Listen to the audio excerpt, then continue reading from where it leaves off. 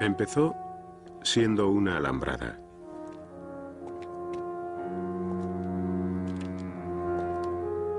Una alambrada que dividía una ciudad.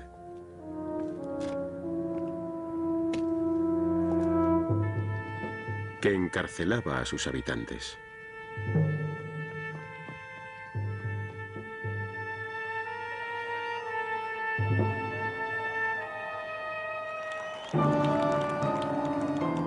Era el gran símbolo de la Guerra Fría, el muro de Berlín.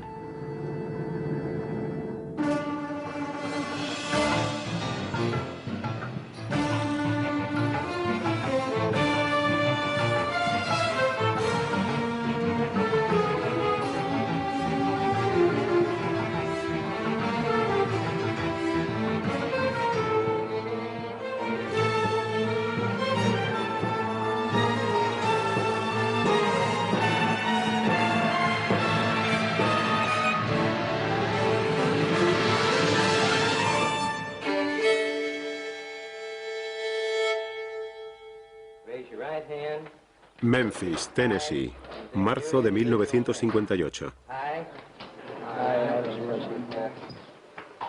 Do solemnly swear that I will bear true faith and allegiance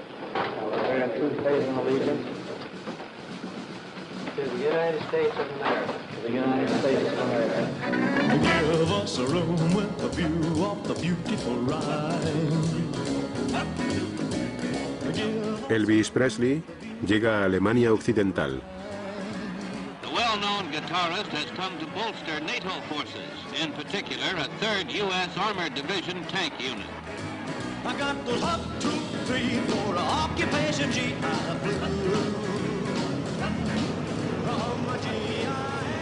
Alemania Occidental era la línea de frente de la OTAN a lo largo del telón de acero. Desde 1955 los estadounidenses adiestraban a un nuevo ejército germano.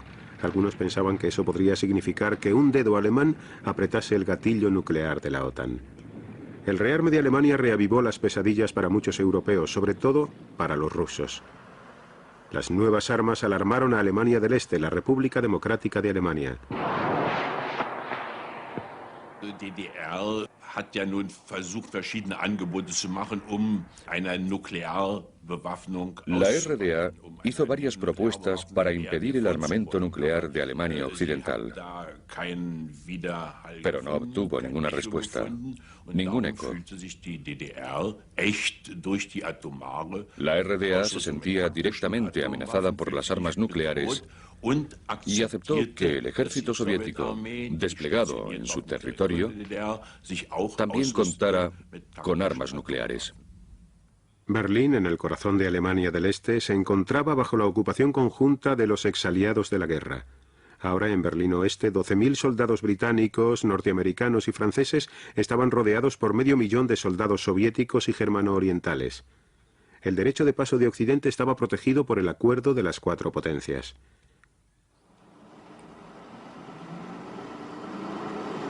Todos los días miles de personas se movían libremente entre el sector soviético y el occidental. La frontera abierta de Berlín permitía que los alemanes orientales pudieran acceder al glamour de la zona oeste, algo que querían cortar los líderes de Rusia y Alemania del Este. West-Berlin immer gefährlicher wurde für die Existenz der DDR und damit auch für die Existenz des Sozialismus. Berlín Oeste era cada vez más peligroso para la existencia de la RDA y para la existencia del socialismo. Khrushchev propuso crear la ciudad libre de Berlín, con sus propios derechos, con su propia política exterior, su propia policía y unas fuerzas extranjeras simbólicas. Khrushchev opinaba que había que meter presión a los americanos. Y el sitio más evidente para ello era Berlín Oeste. Fue como una especie de terapia de choque por parte de Khrushchev, por así decirlo. En noviembre de 1958, Occidente rechazó la propuesta de Khrushchev sobre Berlín. Khrushchev le ofreció entonces al líder de Alemania del Este, Walter Ulbricht, un tratado de paz. El tratado amenazaba los derechos de Occidente en Berlín. He said that unless agreement were reached, that Berlin would be turned. Dijo que si no se alcanzaba un acuerdo, Berlín pasaría a poder de Alemania del Este en 6 meses. Nos lo tomamos como un ultimátum. Eisenhower pensaba que los soviéticos estaban haciendo algo que en realidad no les interesaba. Opinaba que si llegaba a haber un conflicto real entre Estados Unidos y la Unión Soviética, pasaría rápidamente a una gran escala, a un conflicto mundial que lo absorbería todo. Y ese era el peligro, ese era el riesgo. A new red threat to West Berlin. Khrushchev's demand that the United States, France, and Britain agree to end the four-power pact governing West Berlin, turning it over to Red East Germany, hints a new and major crisis. The Western powers reacted strongly, affirming their determination to keep the city free. It's an outpost in... El secretario de Estado estadounidense John Foster Dulles consultó a sus aliados en busca de una postura común ante la negociación sobre Berlín. Pero las charlas entre Occidente y la Unión Soviética no fructificaron. Al intentar alcanzar un compromiso con los soviéticos, fue cuando tuvimos graves problemas, ya que toda concesión hecha a los soviéticos por Occidente suponía un desgaste de la postura occidental. Además, los rusos querían lograr una situación en Berlín que los aliados no podían tolerar. De modo que no había acuerdo negociado posible. Las charlas convencieron a Khrushchev para dejar de lado su ultimátum y se fue a Occidente. Para el viaje escogió el avión más grande del mundo de fabricación soviética. En septiembre de 1959, Nikita Sergeyevich Khrushchev se convirtió en el primer líder soviético que visitaba Estados Unidos. Khrushchev consiguió lo que quería, una visita a Estados Unidos, ser tratado como un igual y una reunión con Eisenhower, de la cual sacó la justa idea de que si no cometía actos demasiado provocativos, podría aprovecharse cada vez más del bando occidental. En las charlas con Eisenhower, un nuevo espíritu de cooperación alivió la crisis. Pero las esperanzas de Khrushchev de lograr una tregua a la Guerra Fría duraron tan solo 6 meses. En vísperas de una gran cumbre de paz en París, un avión espía U-2 norteamericano fue derribado en espacio aéreo soviético. Khrushchev estaba furioso.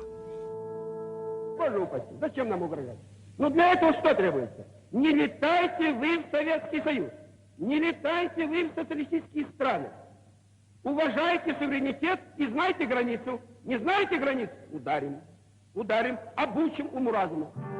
La cumbre se vino abajo antes de empezar.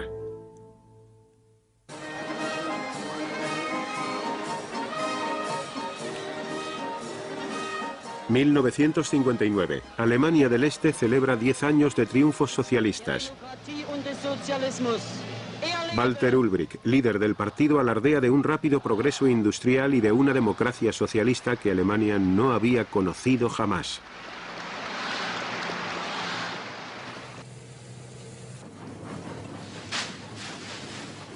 Las imágenes oficiales mostraban un paraíso para obreros y campesinos. La realidad era la escasez y el caos.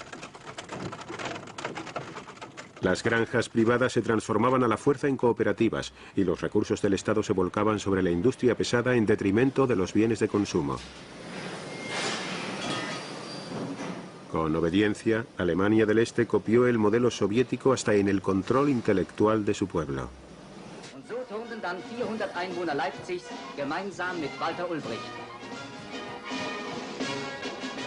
El país, según sus líderes, triunfaba a base de pura fuerza de voluntad.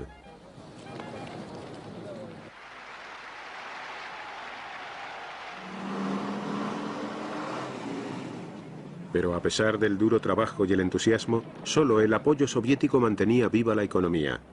Alemania del Este no podía competir con la creciente prosperidad de Occidente. La gente del Este miraba hacia el Oeste con lo que podría llamarse añoranza. Les hubiese gustado tener las mismas comodidades, los mismos bienes, las mismas oportunidades.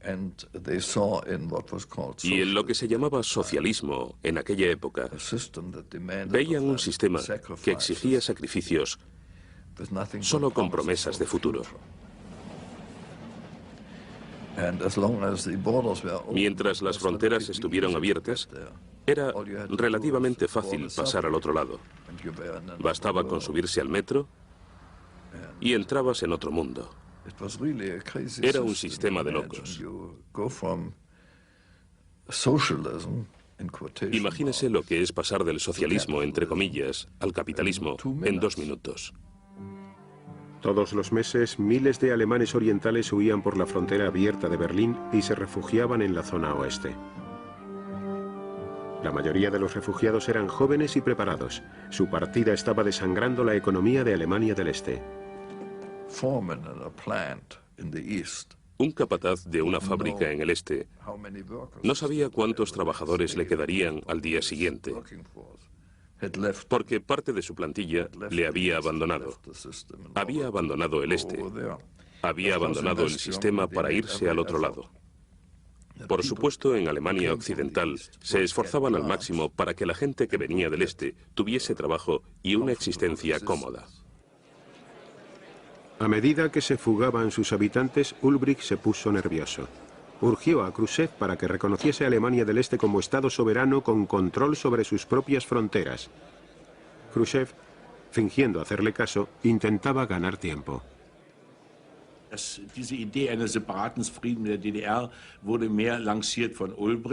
La idea de un tratado de paz independiente con la RDA fue iniciativa de Ulbricht, que quería firmar tratados fijos para vincular políticamente a la RDA con otros países.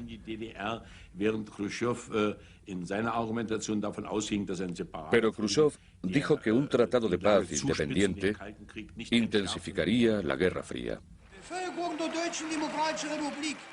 Ulbricht dijo que no podía haber una paz duradera en Europa hasta que los 2 estados alemanes, oriental y occidental, fuesen reconocidos. Pero en Moscú no tenían prisa. El problema alemán debía esperar hasta después de las elecciones presidenciales de Estados Unidos.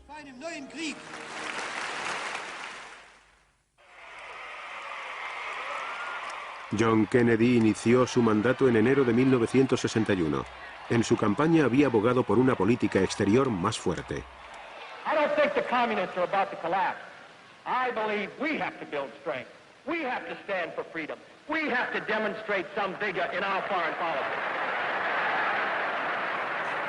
Kennedy accedió a reunirse con Khrushchev en Viena en junio de 1961. El presidente llegó tocado. Su invasión de la Cuba castrista en Bahía Cochino 6 semanas antes había fracasado. Khrushchev dedujo que Kennedy era débil y decidió abusar del nuevo presidente. Veía que el nuevo presidente era joven, sin experiencia, sobre todo después del fiasco de Bahía Cochinos, y que llegaba con una posición no muy fuerte. Dijo, mirad, ya han pasado muchos años y los países occidentales no hacen nada respecto a Alemania. El Tratado de Paz y en concreto Berlín Oeste. Así que voy a presionar mucho en este tema en la reunión con el nuevo presidente. Lo que Khrushchev decía era: tenemos rodeadas todas las tropas que hay en Berlín Oeste y podemos ocupar la ciudad cuando queramos. Y la respuesta de Kennedy fue: bueno, es posible, pero hemos luchado en la misma guerra mundial y están allí por la misma guerra mundial, por derecho propio. Se puso muy alterado, muy enfadado.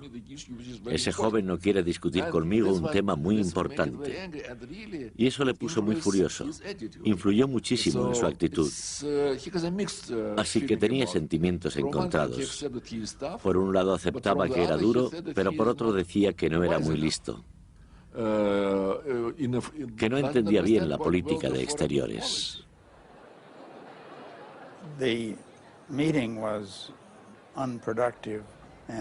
La reunión fue poco productiva Y cuanto más duraba, más evidente se hacía. Fue difícil, fue decepcionante. Nos dejó con una crisis en Berlín que seguía activa y que no había progresado nada. At the summer White House in Hyannisport, Massachusetts, Defense Secretary McNamara and Secretary of State Dean Rusk confer with President Kennedy on the increasingly ominous words and actions from Moscow. Premier Khrushchev's increase... Khrushchev había renovado su ultimátum y había aumentado el presupuesto de armamento soviético. Kennedy pidió a sus asesores que enumerasen las opciones militares de Estados Unidos. Era posible que solo hubiese dos alternativas: rendirnos o usar armas nucleares, lo cual podría muy bien significar la destrucción del este y el oeste. De modo que el presidente estaba ansioso por encontrar un término medio. En julio, Kennedy pidió al Congreso más fondos para defensa y llamó a filas a los reservistas. The source of world trouble and tension is Moscow, not Berlin. And if war begins, it will have begun in Moscow and not Berlin. For the choice of peace or war is largely theirs, not ours. Of all the presidents in this Cold War period, De todos los presidentes en el período de la Guerra Fría, creo que el que sufrió más el tema nuclear fue Kennedy.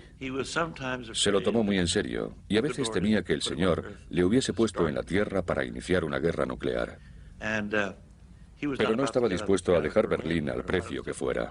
It would be a mistake for others to look upon Berlin because of its location as a tempting target. The United States is there. The United Kingdom and France are there.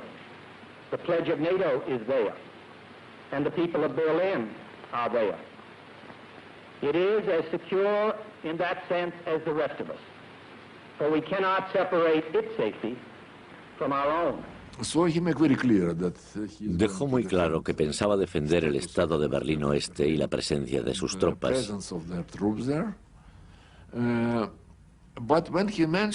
Pero al mencionar eso notamos una cosa, que en su discurso decía que la línea que separaba Berlín Este y Berlín Oeste era una línea de libertad. No decía nada sobre la libertad de movimientos a través de esta línea entre Berlín Este y Berlín Oeste.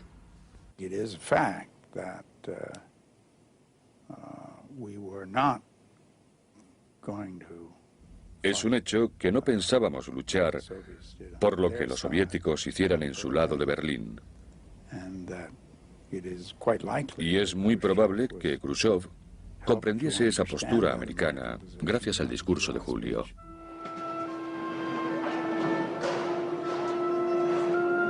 A medida que empeoraba la crisis de Berlín, el flujo de refugiados pasó a ser un torrente. Creció el temor de que Alemania del Este se viniese abajo, arrastrando a las fuerzas de la OTAN y de Rusia a un enfrentamiento. Todo el mundo sabía que algo iba a suceder. No solo por el ambiente, sino porque durante semanas miles y miles de personas habían cruzado la frontera y todos comprendían que de una forma u otra Alemania del Este tendría que reaccionar. En julio, los alemanes orientales estaban desesperados. Suplicaron a los soviéticos que les dejaran atajar el flujo.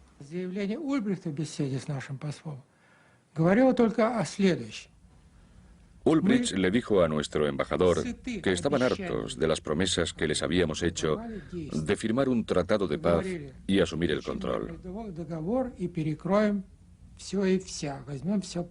Promesas que les habíamos hecho en 1958, 59, 60 y de nuevo en 1961. Ulbricht dijo que esas promesas solo estimulaban la huida de la población. O actuábamos o dejábamos de hablar del tema. Se intensificaron los controles en la frontera de Alemania del Este. A espaldas de los servicios de inteligencia occidentales, Khrushchev y Ulbricht planeaban medidas más drásticas. Al cabo de un tiempo, llegó una respuesta de Moscú. Nikita Sergeyevich Khrushchev accede a cerrar la frontera con Alemania Occidental y con Berlín Oeste y sugiere que se lleven a cabo los preparativos necesarios. El Ejército Nacional Popular, la Policía Popular, las Fuerzas de Seguridad de Fronteras, las autoridades de transporte, todos se reunieron en la zona de Berlín. Estaban bajo una vigilancia muy estricta y no podían ni llamar a sus familias. Ni siquiera tenían teléfono. Durante 4 o 6 semanas trabajaron totalmente aislados en los preparativos. El 12 de agosto, las fuerzas soviéticas y germano-orientales se movilizaron. A las 23 horas recibimos las órdenes. Nos dijeron que a las 24 horas la frontera con Berlín Oeste quedaría cerrada por las fuerzas militares. Todos los soldados iban armados. La milicia popular disponía de pistolas automáticas y metralletas, cualquier arma que pudiesen conseguir. A primeras horas de la mañana, las tropas de Alemania Oriental estaban preparadas, alineadas en orden de combate por todo el sector fronterizo. Berlín dejaba de ser una sola ciudad.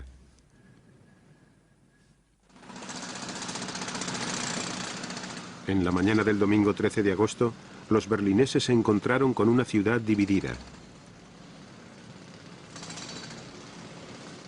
Equipos de zapadores escoltados por soldados armados empezaron a erigir una alambrada por el centro.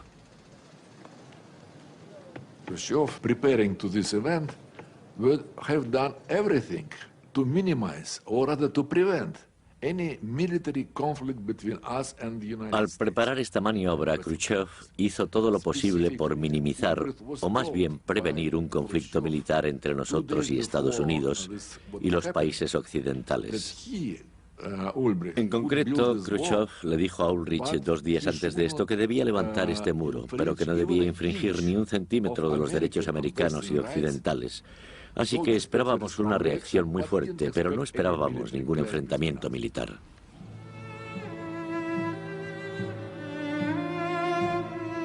La barrera partió a Berlín en 2.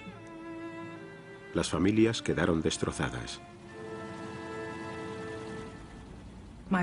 Mi padre me despertó y me dijo, ¿sabes que han cerrado la frontera? Era incomprensible. Era muy raro. Entonces llegó mi madre llorando con mi hermana mayor y yo pensaba, ¿cómo vamos a recuperar a mi hermana? Aquel verano mi hermana estaba en casa de mi tía a las afueras de Berlín Este. Cogimos todos el S-Bahn y aquello era un auténtico caos. Era terrible. La gente lloraba, gritaba. Algunos tenían miedo, otros estaban furiosos. Y recuerdo que tenía mucho miedo de no volver a ver a mi hermana, de haberla perdido, digamos.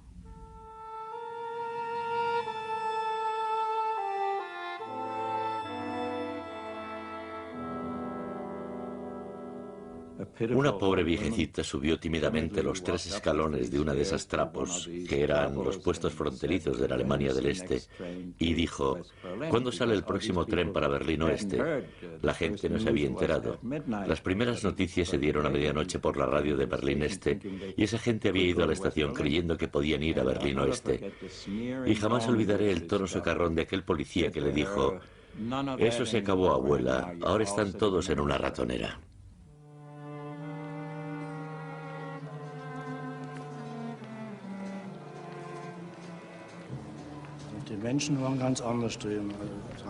La gente nos insultaba.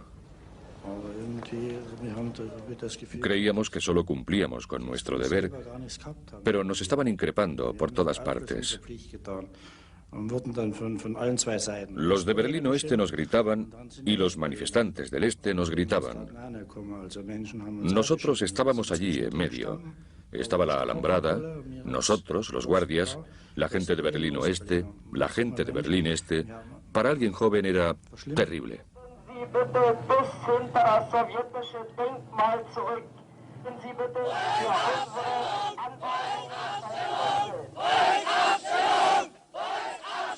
La rabia de los berlineses occidentales estalló y se manifestaron contra la división de su ciudad.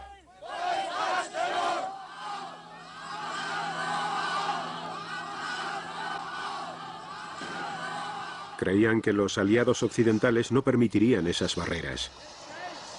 Las manifestaciones continuaron, pero Occidente ofreció pocas protestas. El alcalde Willy Brandt intentó calmar a las masas. Temía que hubiese una matanza si atacaban las barreras. Los aliados no estaban seguros de cómo reaccionar. Los derechos de Occidente no habían sido agredidos. Dann waren wir enttäuscht. Der Bürgermeister hatte nicht mal geschafft, Estábamos indignados y también decepcionados. El alcalde no consiguió persuadir a los comandantes aliados para que hicieran ni la más mínima protesta. La gente no tenía muy claro qué estaba pasando. Pasaron casi 12 horas antes de que resultase evidente que aquello era el cierre total de los sectores fronterizos. Nadie sabía muy bien qué hacer con este tema, cuál era su alcance.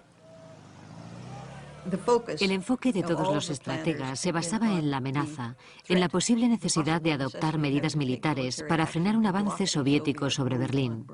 Y de repente todos se sintieron aliviados al ver que los soviéticos habían dado con la forma de resolver su problema de los refugiados sin infringir los derechos aliados. Para los aliados, el cierre de la frontera estabilizaba la tensa situación de Berlín. Fueron los berlineses de a pie y sus familias los que pagaron el precio. En Berlín Este, un soldado vio su última posibilidad de escapar.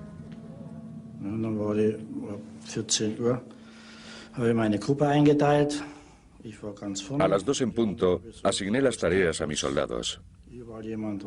Yo estaba al frente y separé a los otros para no levantar sospechas. Nadie notó nada. Desde las 2 hasta las 4 estuve pensando en la situación y buscando la decisión más adecuada. Tendría que dejar a mis padres y mi hermana. Por fin tomé la decisión. A las 4 en punto salté la alambrada. Ya estaba en el oeste, donde me recibieron con aplausos. Fui el primero.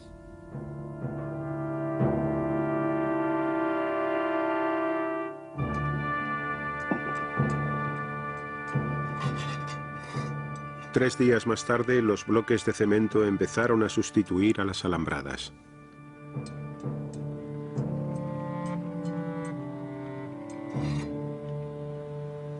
A lo largo de los sectores fronterizos se levantó el muro de Berlín, que partía la ciudad en dos.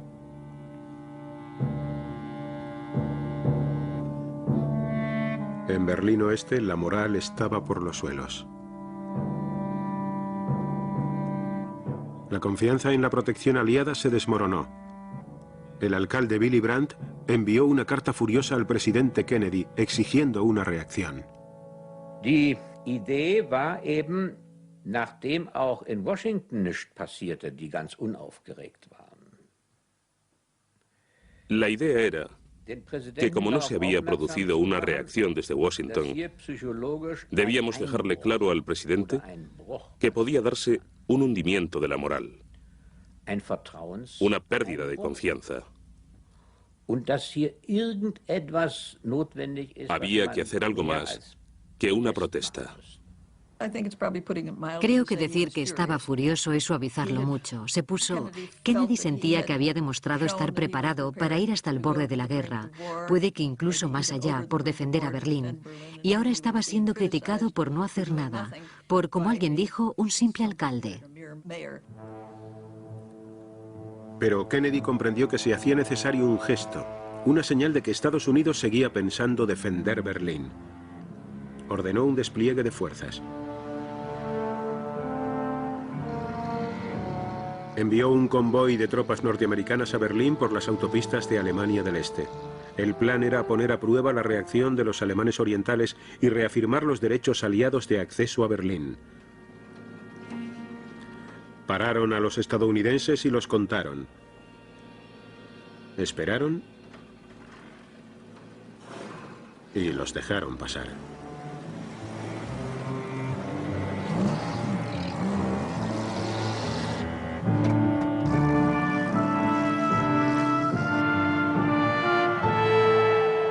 Las tropas llegaron a salvo.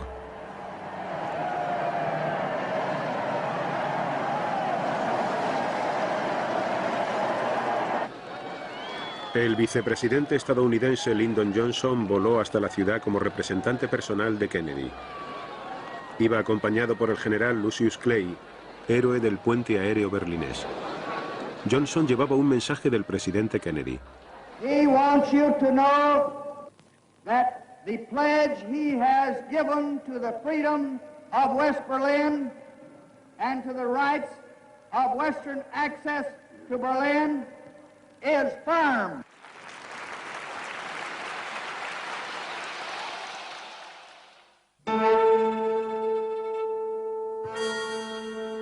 En el este, la gente se jugaba la vida por huir a través de los últimos resquicios de la barrera.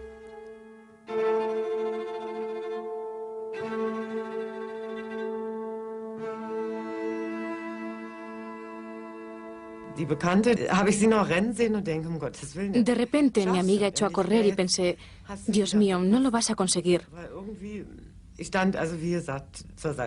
Yo no pude correr, me quedé petrificada. Y entonces una señora mayor me dijo, corre chica, corre tú también. Aún eres joven, corre. Así que empecé a correr. Mi amiga se hizo daño en la cara, pero yo solo me rasgué el jersey. Aparte de eso, no me hice nada. Estábamos increíblemente contentas. Reíamos y llorábamos. Lo habíamos conseguido. Muchos más se lanzaron de forma impulsiva hacia la libertad.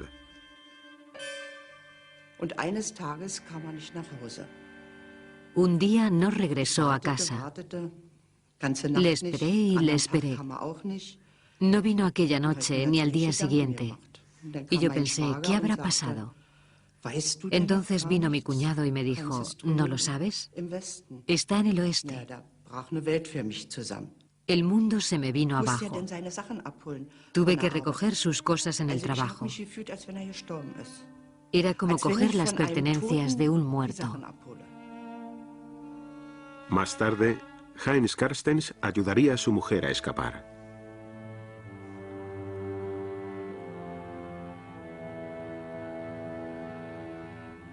Allí donde el muro pasaba por mitad de la calle, las ventanas daban al oeste.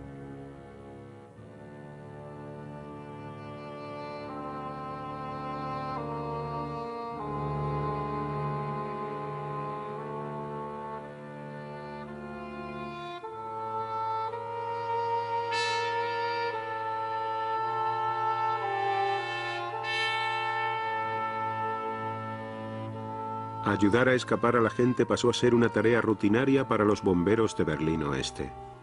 Nachher so, das spielte sich so ein, dass Leute springen wollten und Türme flüchten wollten. Se convirtió en una costumbre que la gente que quería escapar, los que querían irse, tiraban trocitos de papel por la ventana a la calle Bernauer. Die Nummer, die Hausnummer. En el papel ponía el número de la calle, el piso, la ventana, segunda o tercera ventana y la hora, por ejemplo, las 10 en punto en que querían saltar. Tossing belongings from the window of an apartment overlooking the western border and freedom, an escapee is prepared to jump to safety into a net held by police and firemen of West Berlin.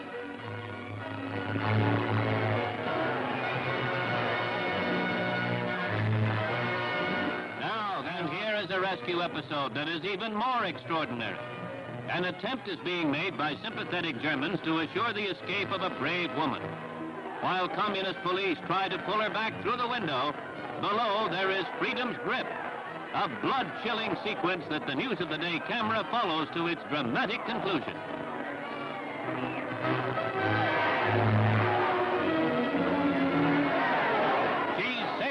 at last. Los alemanes orientales bloquearon hasta este último resquicio.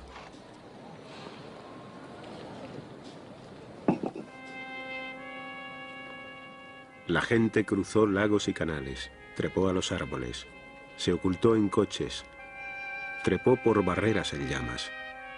Cientos fracasaron, muchos murieron.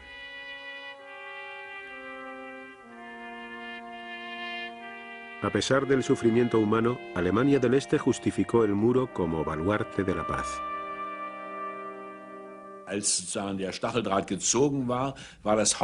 Cuando levantaron la alambrada, el principal argumento fue que se había logrado la paz. No era por los problemas internos. Ulbricht había corrido un velo de silencio sobre los problemas económicos. Siempre se hablaba de la barrera antifascista. Esa era la descripción oficial, el baluarte protector.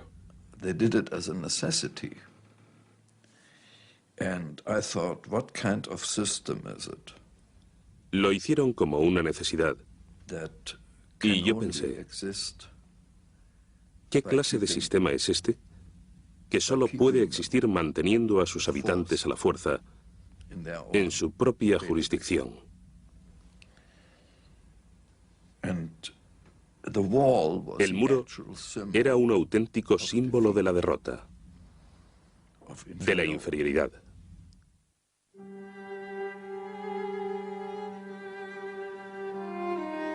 Las huidas prosiguieron. Los asesinatos prosiguieron. Se cortaron las líneas telefónicas. Ahora las dos ciudades ya no podían hablarse.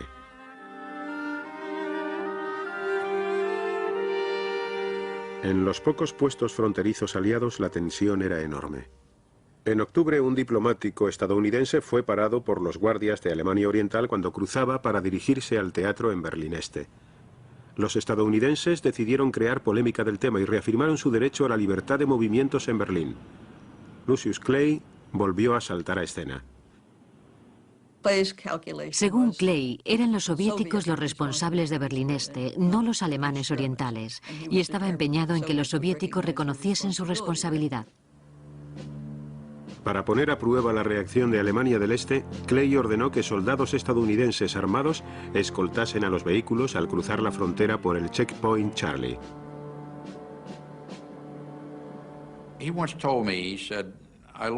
Una vez me dijo, algo que aprendí muy pronto en el juego de negociar con los rusos es que solo comprenden una cosa, que es la fuerza, el poder. Jamás debes negociar ni tratar con los rusos sin tener una posición de fuerza. Para reforzar su argumento, Clay puso a sus tanques junto a la frontera.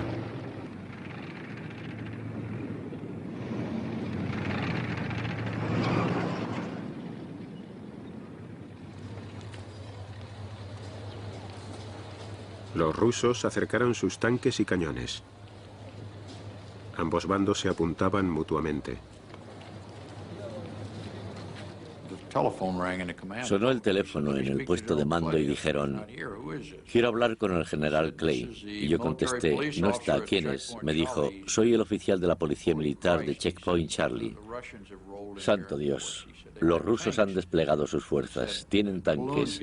Me dijo, el globo está a punto de estallar, esto va a salpicar. La situación era peligrosa.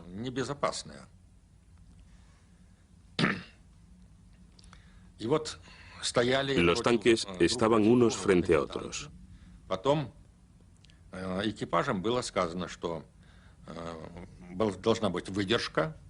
Ordenamos a los soldados que se contuvieran, que no hiciesen la menor provocación. La gravedad del momento se intensificaba a cada hora que pasaba. Las fuerzas occidentales se pusieron en alerta. El mando aéreo entró en alerta. La OTAN entró en alerta. Se preparaban tropas por todo el mundo. Y nadie sabía dónde saltaría la próxima alarma si la intensidad de la situación en Berlín escalaba.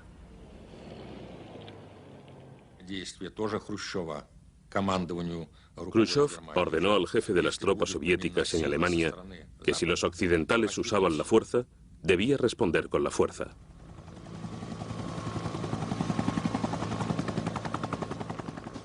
Я как раз сидел в генеральном штабе, когда проходил съезд. Yo tenía un teléfono en un oído recibiendo información del cuartel general del ejército soviético en Alemania. El otro teléfono estaba conectado con el Kremlin. Nada más recibir la información, le transmití al Kremlin lo que sucedía en la Friedrichstraße. El presidente Kennedy le envió un mensaje a Khrushchev por el nuevo canal privado que se había abierto hacía tan solo un mes. Era un canal entre la Casa Blanca y Khrushchev. Y el presidente Kennedy le pidió a Khrushchev que diese el primer paso. Los americanos enviaron un mensaje. Decía, para que retiremos nuestros tanques sin quedar mal, ustedes deben retrasar sus tanques a cierta distancia. Nuestros tanques estaban a 200 metros de los americanos. El tanque soviético líder arrancó el motor y retrocedió unos 5 o 10 metros. Nosotros recibimos instrucciones para que los tanques americanos retrocediesen exactamente la misma distancia. No era razón suficiente para empezar una guerra. El propio Khrushchev dijo, no vamos a provocar la Tercera Guerra Mundial por Berlín. Y los americanos pensaban lo mismo. Los soldados se retiraron, pero el muro permaneció en su sitio. Los alemanes orientales lo hicieron más alto aún y lo reforzaron con vallas, alambradas y trampas antitanques. Durante el primer año, 50 alemanes murieron intentando cruzar al oeste. Uno de ellos fue Peter Fechter, de 18 años. Los soldados americanos se reunieron en un lado sin hacer nada. Y en el otro lado, los policías de la RDA estaban mirando sin hacer nada. Y aquel joven estaba acurrucado. Recuerdo que estaba tirado como haciendo una S. Al principio gritaba, chillaba, pedía ayuda. Pero según pasaban las horas, su voz se hizo cada vez más débil. Era tan desgarrador que en medio de la nada hubiese un ser humano muriéndose, con dos grupos enfrentados y demasiado temerosos de actuar por miedo a la reacción de los otros.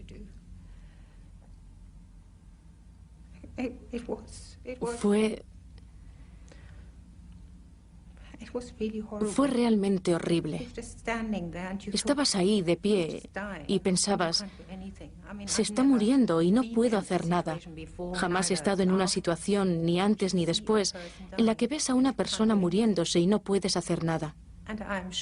Seguro que todos los que estaban conmigo sentían lo mismo.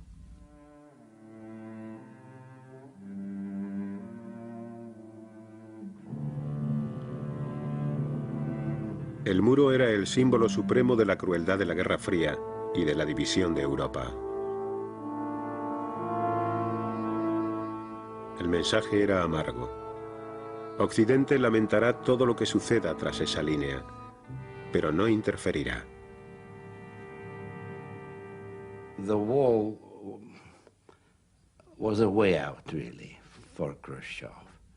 En realidad, el muro fue una salida para Khrushchev.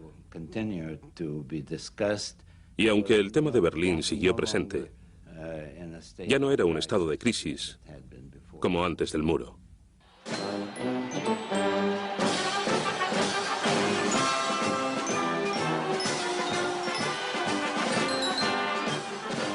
En 1963, el presidente Kennedy visitó Berlín Oeste.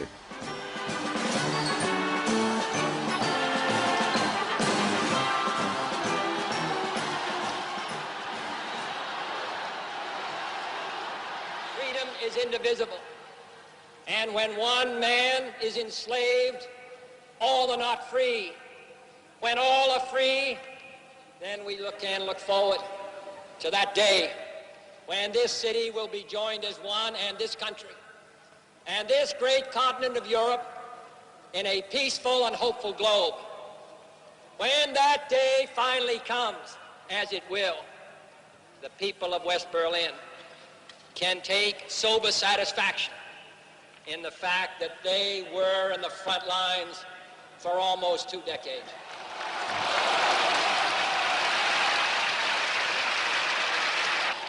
All free men, wherever they may live, are citizens of Berlin.